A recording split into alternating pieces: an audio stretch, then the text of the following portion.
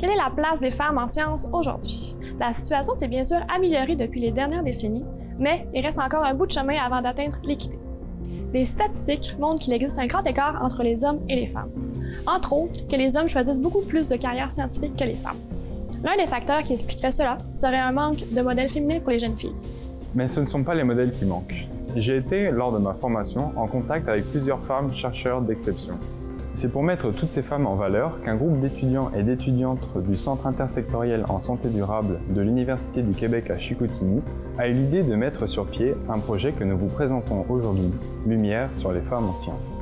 Afin de vous les faire connaître davantage, nous souhaitons vous présenter des femmes au parcours scientifique remarquable mais souvent méconnu, et pourquoi pas encourager et inspirer les jeunes scientifiques de demain. Dans chaque épisode, nous vous présenterons le portrait de 2 femmes de notre époque ou du passé, en plus de vous présenter une entrevue réalisée avec une chercheure travaillant actuellement au Saguenay-Lac-Saint-Jean.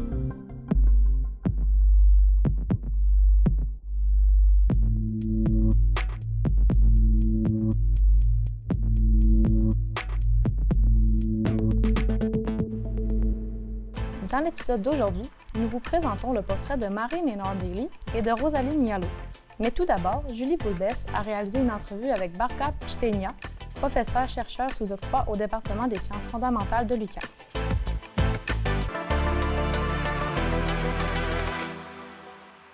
Je sais que vous avez un parcours scolaire très intéressant à l'international. Est-ce que vous pourriez nous en parler un peu plus? Très intéressant à l'international, c'est comme un peu d'exagération.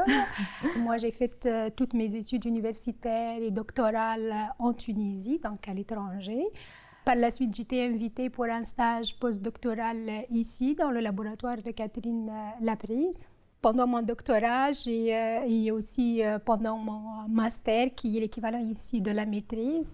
Donc, j'ai travaillé beaucoup sur les maladies rares dermatologiques. Et ici, dans le laboratoire de Catherine Laprise, je continue toujours l'investigation moléculaire des maladies rares et plus particulièrement une maladie dermatologique qui s'appelle l'épidermolyse bullosa simplex. Après mon stage postdoctoral, j'ai travaillé aussi comme chercheur pendant 2 ans en Tunisie. Donc, j'ai fait un petit retour. Là. Oui. Et j'ai travaillé à l'Institut Pasteur de Tunis comme chercheur. Donc, j'ai travaillé surtout sur d'autres maladies rares et j'ai travaillé aussi sur les tests de paternité, parce que le laboratoire auquel j'étais affiliée, on est engagé pour les tests de faire les tests de paternité. Donc, j'ai travaillé beaucoup là-dessus. Et voilà, par la suite, je suis retournée ici, donc comme chercheur invitée. Et là, je suis professeur-chercheur sous octroi, donc je suis bien installée ici dans la région. Et toutes ces connaissances que vous avez acquises pendant vos études, et votre parcours professionnel, d'où vient votre intérêt pour ce domaine, la biologie, les maladies rares? Qu'est-ce qui vous a donné envie de faire ces études-là? Ok, c'est une bonne question. En fait, c'est au fil des années que tu as acquis cette passion-là pour la recherche, en fait.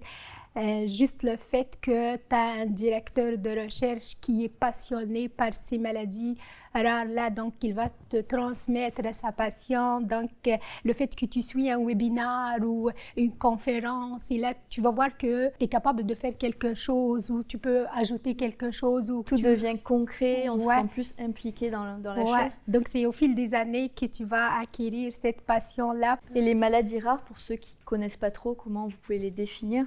Dans le monde, là, c'est aux alentours de 7000 maladies rares. Donc, une maladie rare, elle est définie comme une maladie qui touche pas beaucoup de monde. Donc, c'est pas une maladie commune comme l'asthme ou comme le diabète. Donc, ce sont des maladies-là qui touchent un petit nombre de personnes.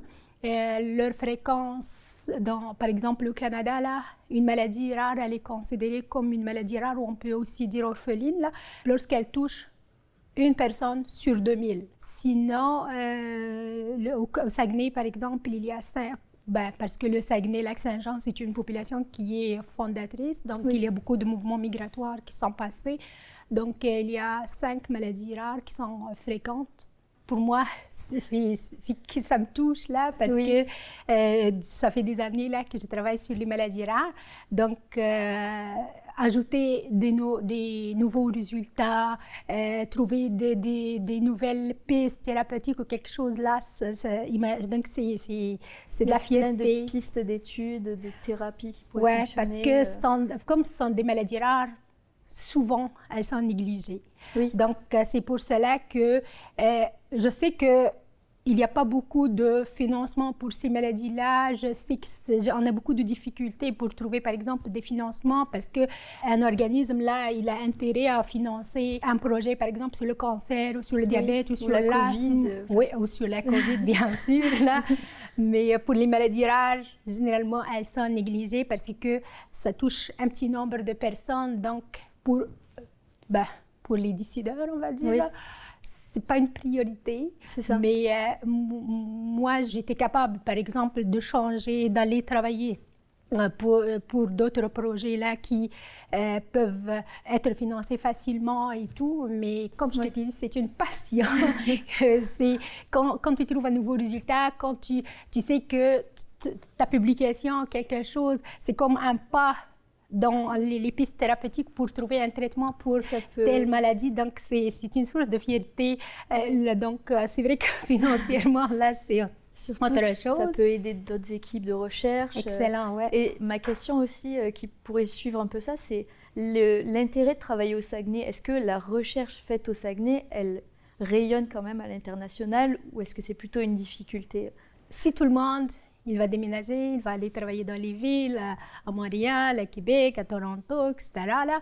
Donc, la recherche, elle va être comme focalisée dans des endroits bien déterminés. Donc, même dans les régions qui sont, on va dire, un peu isolées, comme le Saguenay, il faut vraiment encourager la recherche, il faut travailler, il faut persévérer, mais regarde, nous, on ne travaille pas comme une équipe dans un coin. Là. Oui. On a beaucoup de collaborations, que ce soit à l'échelle nationale ou internationale. Donc, il y a même du monde qui nous contacte, par exemple, pour tel ou tel, comment vous l'avez trouvé. Donc, on a des collaborations.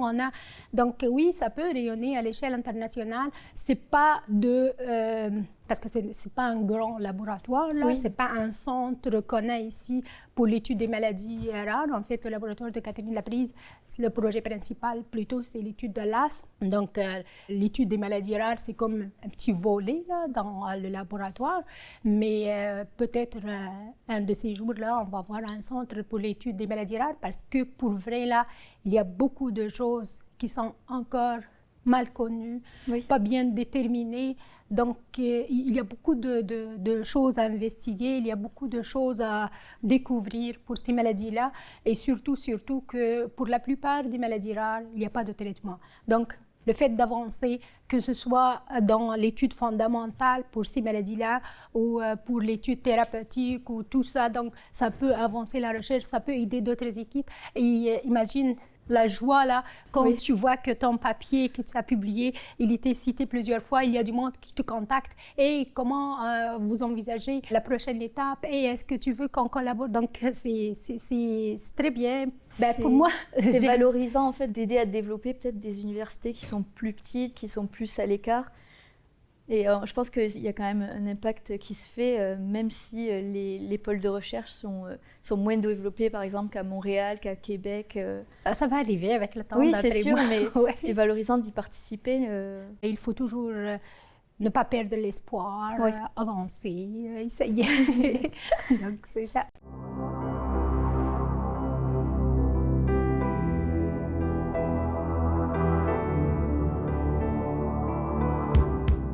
Marie Ménard-Daly est une Afro-Américaine née dans le quartier du Queens aux États-Unis.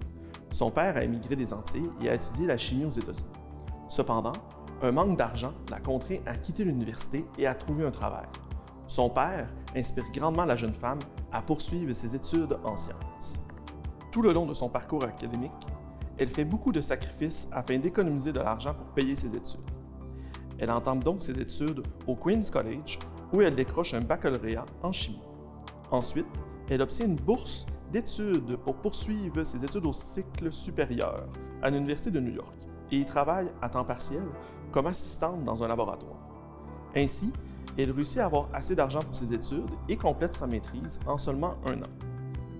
Elle effectue ensuite son doctorat à l'Université de Columbia sous la direction de Mary L. Caldwell, où elle reçoit un financement de l'université pour l'aider dans ses études à temps plein.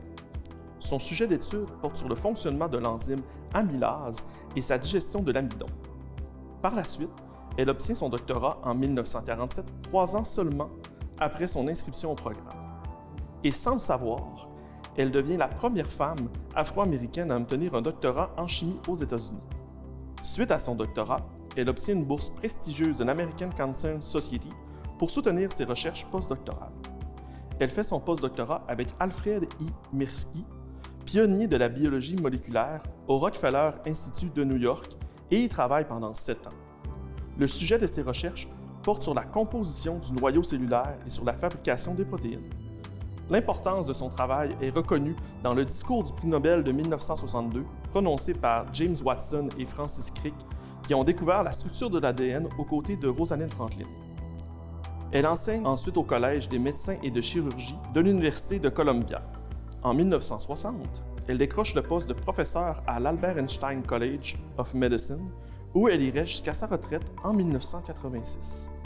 Elle effectue un travail révolutionnaire sur les causes des crises cardiaques. Elle et son équipe sont parmi les premiers à découvrir le lien entre l'hypercholestérolémie et l'obstruction des artères. Elle travaille également sur la façon dont l'alimentation peut affecter la santé du cœur et du système circulatoire. En 1975, à Warrenton, dans l'État de Virginie, Daly participe à la Minority Women Scientists, organisée pour enquêter sur les défis auxquels les femmes des groupes minoritaires sont confrontées dans le domaine scientifique. Cela a conduit à la publication l'année suivante d'un rapport, The Double Bind, The Price of Being a Minority Woman in Science. En plus de ses recherches, Daly s'engage à développer des programmes afin d'augmenter l'inscription d'étudiants issus de la minorité dans les écoles de médecine et les programmes de sciences supérieures. En 1988, elle crée un fonds de bourse d'études pour les étudiants en sciences afro-américains au Queens College en l'honneur de son père. Elle meurt malheureusement d'un cancer en octobre 2003 à l'âge de 82 ans. Mary Maynard Daly a été une femme remarquable qui laisse un grand héritage derrière elle. En effet, le Collège Einstein organise annuellement la célébration commémorative Mary M. Daly. Durant cette journée, plusieurs conférences ont lieu, mettant de l'avant l'importance de la diversité et la contribution des minorités à la science.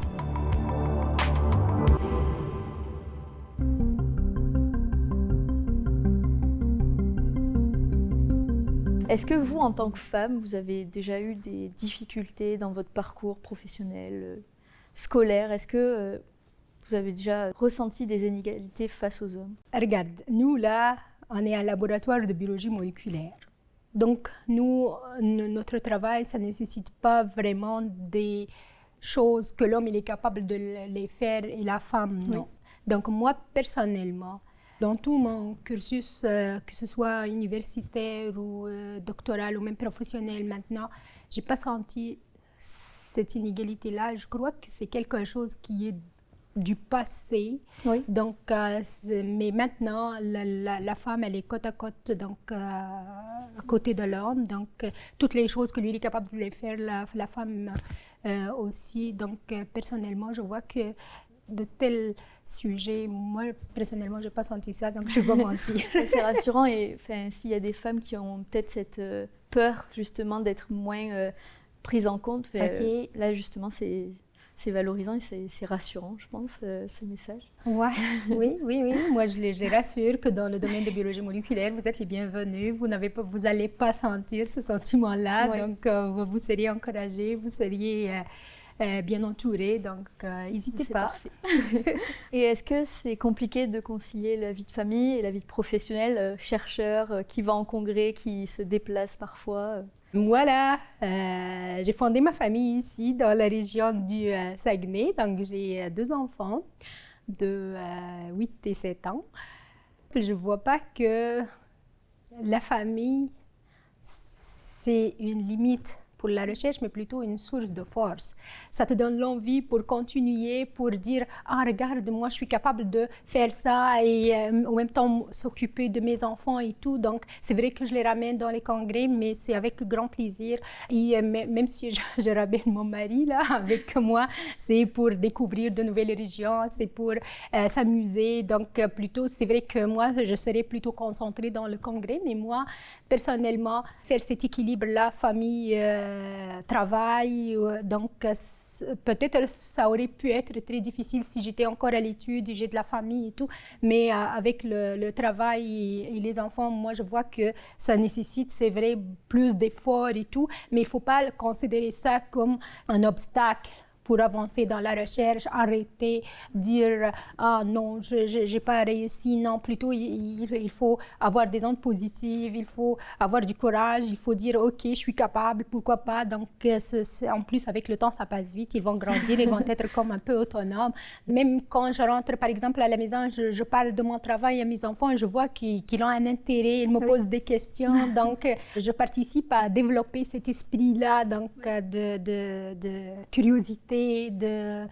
Donc, moi, mon message, c'est qu'il faut être positif, il faut dire oui, je suis capable. Donc, c'est pas grave si un jour tu vas aller à un congrès et tu ramènes tes enfants plutôt et ils vont te faire de la compagnie.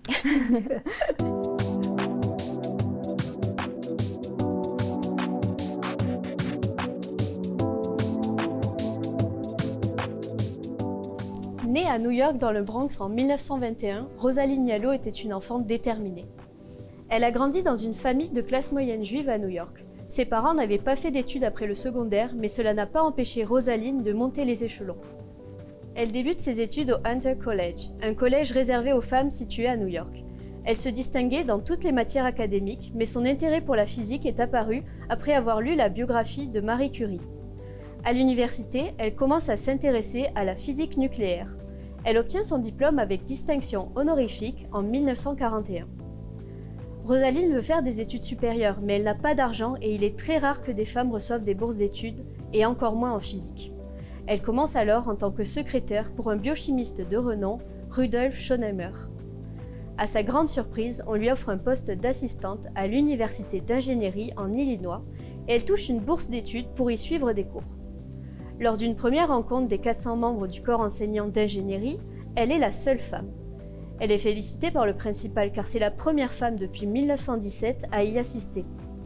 Elle était persuadée, dans sa grande humilité, qu'elle avait eu sa place grâce au départ des garçons pour l'armée à la veille de la Seconde Guerre mondiale. À l'université, elle trouve le temps d'enseigner, de poursuivre les études supérieures et de préparer une thèse de doctorat en physique nucléaire. En 1950, elle abandonne l'enseignement pour devenir une consultante en physique nucléaire pour le Bronx Veterans Administration Hospital et y continue ses recherches. Elle y est physicienne et chef du service de radiologie.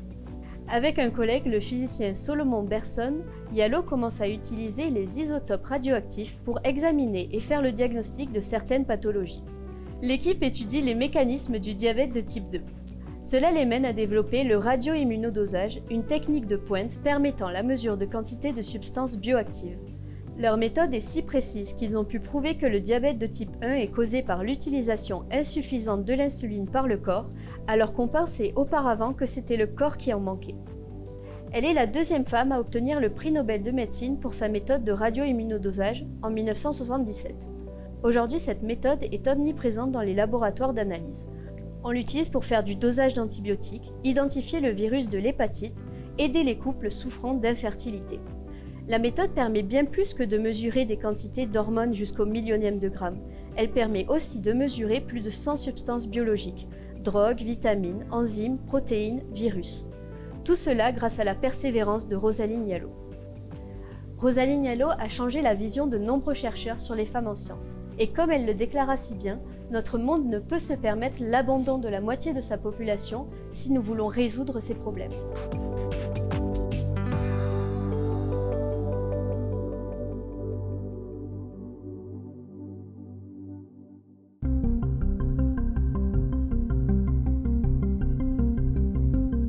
Pour en revenir à la maladie que vous étudiez, est-ce que vous pouvez m'en parler un peu plus? Ah oui, je travaille sur une maladie dermatologique qui est l'épidermolyse bulleuse simplex. C'est une maladie qui est classée parmi les maladies rares. Elle se caractérise par la formation des bulles qui sont pleines de liquide. Et ça, c'est suite à un stress thermique ou le minimum de contact. Donc, dès que la personne, par exemple, elle va s'asseoir longtemps sur une chaise ou elle va conduire un vélo pendant un certain moment, donc tout de suite, il y a des cloques qui vont se former, ce qui est vraiment irritant, ce qui altère beaucoup la qualité de la vie de la personne. Elle ne sera pas capable de faire du sport, elle ne sera pas capable de se socialiser avec du monde. Donc, c'est comme une limite pour plusieurs choses. Donc, c'est une maladie génétique. C'est une maladie qui est héritée donc, des parents et tout. Elle est de transmission autosomique dominante. Donc, nous, je crois qu'on est la seule équipe Québec, je ne sais pas si au Canada, je crois que oui aussi, qui travaille sur cette maladie-là parce que c'est une maladie là où il y a beaucoup de choses comme la plupart des autres maladies rares qui ne sont pas bien investiguées. Donc nous, on a commencé par le début des choses. Donc, on a beaucoup de collaborations, donc on n'est pas vraiment isolé. On a des collaborations avec des cliniciens, avec des chercheurs, avec des professionnels, que ce soit à Montréal, que ce soit à Québec. Donc, on a beaucoup de contacts et tout. Donc, on a commencé par le recrutement des patients. C'est vrai que ça a été un peu difficile parce que c'est une maladie rare, mais on a persévéré. Pour l'instant, on a 11 patients, donc c'est quelque chose là. Donc, on a commencé par confirmer est-ce que les patients-là, ils ont déjà la maladie ou non, parce que le clinicien, il va regarder les cloques, il va dire « Ah, il a l'épidermolyse bulleuse simplex », mais ce n'est pas la seule maladie qui est capable de causer ces cloques-là. Donc, il y a plusieurs d'autres types de maladies qui sont plus ou moins sévères que cette maladie-là. Donc, nous, on a commencé par l'étude mutationnelle. Donc, ça veut dire quoi l'étude mutationnelle? C'est qu'on est allé à l'ADN pour chercher c'est quoi la faute qui s'est passée au niveau des brins d'ADN, parce que nous, on connaît c'est quoi les gènes qui sont responsables de cette maladie-là. Ce sont 2 gènes, des gènes de kératine en fait, qui sont responsables du cytosquelette des cellules de l'épiderme qui va permettre la rigidité de l'épiderme. Oui. Le cytosquelette là, des cellules de l'épiderme, c'est ces 2 gènes-là, les protéines qui sont codées, qui sont responsables de la rigidité d'une peau normale comme ça. Donc, si on fait comme ça, il n'y a rien qui se passe. Donc, voilà. Donc, nous, on a commencé par l'étude mutationnelle. Donc, on a confirmé que ces 11 patients-là, ils ont cette maladie-là. Une chose qui me rend contente, parce qu'on a rendu comme ça un service aux patients-là. Donc, on prépare, dès qu'on détermine la mutation, on prépare une fiche de diagnostic génétique et on l'envoie au médecin pour lui dire si jamais que d'autres membres de sa famille ont besoin d'un conseil génétique. Donc, voilà où ils veulent être dépistés. Est-ce qu'ils sont porteurs de cette maladie-là ou non? À la suite, on a dit, OK, c'est quoi la prochaine étape? Qu'est-ce qui se passe une fois qu'il y a cette variation-là au niveau de l'ADN? C'est quoi les voies biologiques qui sont altérées suite à ces mutations-là? Donc, on a dit, OK, on va extraire l'ARN, on va analyser le transcriptome. On va voir par rapport à des individus qui sont normaux et par rapport à ces patients-là, qu'est-ce qu'il y a de différence? Oui. Et on a vu que c'est surtout les gènes du métabolisme lipidique qui sont altérés. D'accord. Donc, ça a servi comme une référence et on voit beaucoup de monde qui nous mettent comme référence parce qu'ils sont en train d'investiguer ces voies lipidiques-là. C'est quoi le lien avec les maladies dermatologiques? Donc, par la suite, on a dit, OK, on a déterminé c'est quoi les voies. Maintenant, on va voir si on est capable d'entamer des pistes thérapeutiques. C'est vrai que ce n'est pas des essais cliniques ou quelque chose, mais on commence par le début des choses, c'est in vitro. La première chose, c'est qu'on a extrait les cellules de ces patients-là. Par la suite, comme les cellules de la peau, les kératinocytes, elles ne résistent pas longtemps donc en culture, on les a immortalisées. Donc maintenant, ça pousse super bien pour ces patients-là. Et on a commencé nos essais thérapeutiques. C'est vrai que ça a été variable d'un patient à un autre. Mais ce n'est pas qu'on n'a pas voulu continuer, mais ça a été ça en 2015. Et en 2015, il y a eu comme une révolution dans le monde de biologie moléculaire, c'est la découverte de la technologie de CRISPR-Cas9, ce qu'on appelle les ciseaux moléculaires. C'est une technologie qui va réparer directement la mutation au niveau de l'ADN. Donc, nous, on a dit, OK, on va laisser en stand-by. Surtout que si c'est sur 2 gènes, on peut mieux les cibler. Comment vous avez fait ça pour être sûr que cette méthode, elle allait bien fonctionner L'essentiel, c'est qu'au début, j'ai dit, est-ce qu'on est capable de l'appliquer? Est-ce que c'est nouveau, là? Mais quand je suis allée un jour à un congrès, il y a un chercheur, je me rappelle très bien de ce qu'il m'a dit. C'est un bon travail. Moi, je suis allée juste pour présenter notre idée, mais lui, il a déjà commencé à travailler sur CRISPR-Cas9. Il m'a dit, franchement, continuez, on va discuter ensemble. Donc ça m'a encouragée. J'ai dit, OK, on va se lancer. Ouais. Donc, qu'est-ce qu'elle fait? Elle va aller sur le brin d'ADN, là où il y a la mutation, et elle va la corriger. Donc, ça, c'est une manière. Mais il y a une autre manière, c'est que l'épidermolyse bullosa simplex sur laquelle je travaille, là, c'est une maladie autosomique dominante. Donc, les patients sont hétérozygotes. Donc, on a un brin qui est muté et l'autre, il est correct. Donc, nous, on a voulu utiliser cette technologie-là pour inactiver l'allèle qui est muté. Donc, il laissait juste l'allèle qui est normal, fonctionnel. Et on a réussi, oui, on a réussi. Donc, pour le patient qui a la mutation la plus sévère, parce que cette maladie-là, le niveau de sévérité des patients n'est pas le même. Donc, il y a des patients, le minimum de contact, ça va faire naître tout de suite la cloque. Mais il y a des patients, par exemple, que les cloques, ça va être particulièrement au niveau de la paume des mains et la plante des pieds. Donc, mais il y a d'autres patients, les cloques vont apparaître dans plusieurs organes. On a soumis le papier et j'espère qu'il va être accepté récemment parce que c'est en révision mineure. D'accord. Donc, voilà, donc ça c'est aussi un bon acheminement pour moi. C'est vrai que ça a duré un peu de temps pour vraiment réussir ça, mais moi je vois que c'est quelque chose qu'on a apporté, c'est pour dire que pas seulement pour la maladie d'épidermolyse bullosa simplex, on est capable d'utiliser la technologie de CRISPR-Cas9, mais même pour d'autres maladies, oui, c'est applicable. Regarde, nous, on a réussi, donc pourquoi pas pour les autres maladies rares. Mais merci beaucoup, Barka, d'avoir fait cette interview. C'était très intéressant. Merci à toi. Merci à vous pour l'invitation. Et j'ai suivi certaines de vos capsules là et c'est vraiment intéressant. Donc, je vous souhaite bon courage et bonne continuation. Merci. Merci à toi, Julie.